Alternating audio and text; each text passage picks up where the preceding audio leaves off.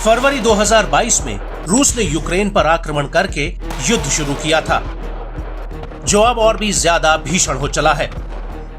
वहीं दूसरी तरफ 7 अक्टूबर 2023 को फिलिस्तीन के आतंकी संगठन हमास ने इजराइल पर अभी तक का सबसे बड़ा हमला किया था, जिसके जवाब में इजराइल ने जंग का ऐलान कर दिया है और इन दोनों युद्धों के बीच पूरी दुनिया दो खेमों में बटी नजर आ रही है। पश्चिमी देश जहां यूक्रेन के साथ खड़े हुए हैं,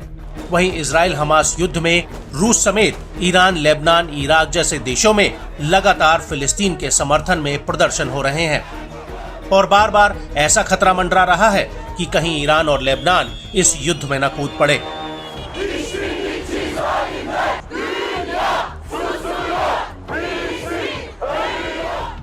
और दुनिया के इन दो कोनों में छिड़े युद्ध की वजह से अब दुनिया पर तीसरे विश्व युद्ध का खतरा मंडरा रहा है।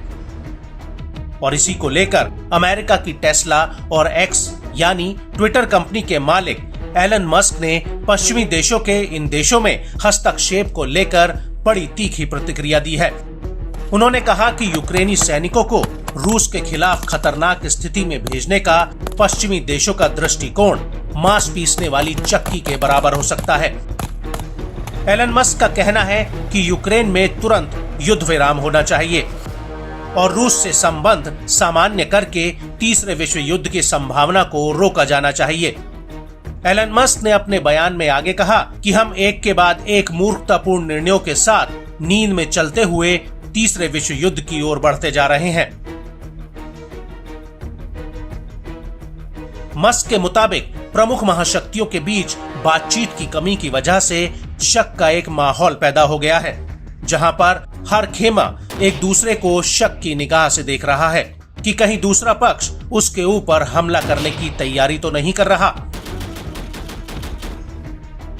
एलन मस्क का कहना है कि रूस और चीन ने संयुक्त सैन्य अभ्यास शुरू कर दिया है, जिसके बारे में लोगों को पता नहीं है। मस्क ने चेतावनी देते हुए कहा कि दुनिया अनजाने में तीसरे विश्व युद्ध की तरफ बढ़ रही है, जिसकी वजह एक के बाद एक लिए गए मूर्खतापूर्ण फैसले हैं। एलन मस्क के मुताबिक पश्चिमी देशों ने रूस की कमर तोड़ने के लिए मॉस्को पर तमाम प्रतिबंध लगाए, जिसकी वजह से पुतिन को चीन की मदद लेनी पड़ी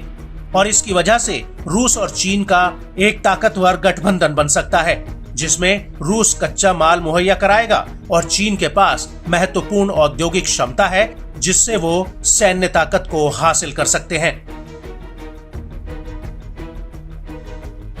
ऐसा पहली बार नहीं है जब मस्क ने अमेरिका समेत पश्चिमी देशों को रूस यूक्रेन विवाद में यूक्रेन को हथियारों की सप्लाई करने पर लताड़ लगाई हो।